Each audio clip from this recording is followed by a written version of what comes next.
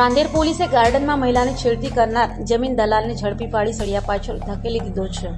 Rander police પાસેથી મળતી માહિતી મુજબ રાંદેર ખાતે આવેલા એક ગાર્ડનમાં એક પરિણીતા તેના બાળકો સાથે જતી હોય ત્યાં એક જમીન દલાલ પણ આવતો હતો અને તે જમીન દલાલે પરિણીતાને છેડતી કરી કહ્યું હતું કે તારા બંને બાળકો સાથે ગાર્ડનમાં કેમ આવે છે, તું એકલી કેમ નથી આવતી, તેમ કહી છેડતી કરી હતી, જેને લઈ પરિણીતાએ રાંદેર પોલીસ મથકમાં જઈ ફરિયાદ કરતા રાંદેર પોલીસે છેડતી કરનારને ઝડપી પાડી સળિયા પાછળ ધકેલી દીધો છે।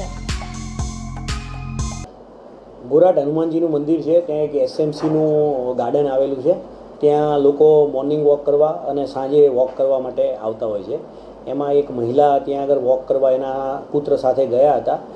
એ દરમિયાન એક રાંદેર ટાઉનનો આલમગીરી કરીને એક વ્યક્તિ છે, છેલ્લા કેટલાય સમયથી એને ફોલો કરતો હતો અને ગઈકાલે એને કે તું તારા છોકરાને લઈને કેમ અહીંયા વોક કરવા માટે આવે છે, એકલી આવતી હોય તો, એવી રીતે કહી એનો હાથ પકડી લીધો હતો અને એને છેડતી કરવાનો એને પ્રયાસ કર્યો હતો।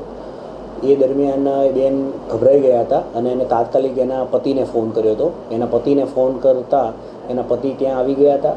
તો એ દરમિયાન આલમગીરીએ બીજા એના છોકરાને એને બોલાવી આના જોડે હાથાપાઈ મારામારી જેવું કર્યું હતું। જે સ્ત્રી છે એના ઘરવાળાએ તાત્કાલિક પીસીઆરને કોલ કર્યો। પીસીઆરને જેવો કોલ કર્યો તાત્કાલિક ત્યાં પીસીઆર પહોંચી અને તમામને અહીંયા પોલીસ સ્ટેશને લઈ આવ્યા હતા। એ દરમિયાન બેને વાત કરી કે મારી જોડે આ રીતની કેટલાય સમયથી હેરાન કરે છે અને મારી આજે આ રીતે છેડતી કરી છે।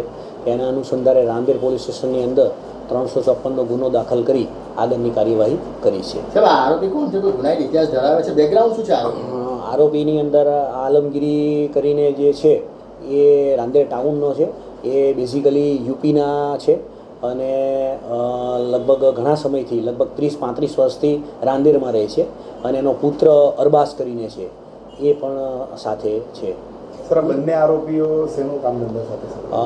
આલમગીરી જે છે એ અહીંયા કંઈ લે વેચનું, જમીનની લે વેચનું એનું કામ કરે છે અને એનો પુત્ર અરબાઝ છે એ પોતે એડવોકેટ છે એવું જણાવે છે।